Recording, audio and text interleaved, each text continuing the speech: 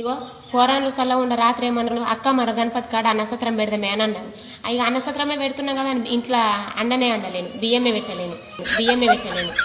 మళ్ళీ ఏమన్నా బట్టే పొద్దుగల వచ్చి అక్క అన్నసత్రం పెట్టుడు క్యాన్సిల్ అయిందనబట్టే, అక్క అన్నసత్రం పెట్టుడు క్యాన్సిల్ అయిందనబట్టే. ఈ పోరాన్లు చూసిర్రా, అన్నుడు తప్పిందని నేను అనుకుంటే పోరాన్లు పోయి క్యాన్సిల్ చేసిర్రు. అన్నుడు తప్పిందని నేను అనుకుంటే పోరాన్లు పోయి క్యాన్సిల్ చేసిర్రు. ఇక ఎట్లయితే అట్లా గల్లికి ఏడ అన్నసత్రం పెడతారో ఆడ అరుచుకొని ఇక బియ్యమే పెట్టా. ఇంత కూరగాయలు పోయి పోయిందనుకో మోకమన్ను ఉంటుంది, ఉన్నందరం పోయి ఆనే తినచ్చు. గణపతులు వేసిందాక అండనండి ఇక ఎట్లన్నా రోజు ఒక దగ్గర అన్నసత్రం పెడతారు. పెడతారు కదా. ఇంట్లో బియ్యం పెట్టినామనుకో అదంతా వేస్ట్ అవుతుంది. ఎట్లన్నా ఆనే తినత్తాం మరి. దండాలయ్యా ఉండ్రాళ్ళయ్యా దయుంచయ్యా దేవా నీ అండా దండా ఉండాలయ్యా చూపించయ్యా.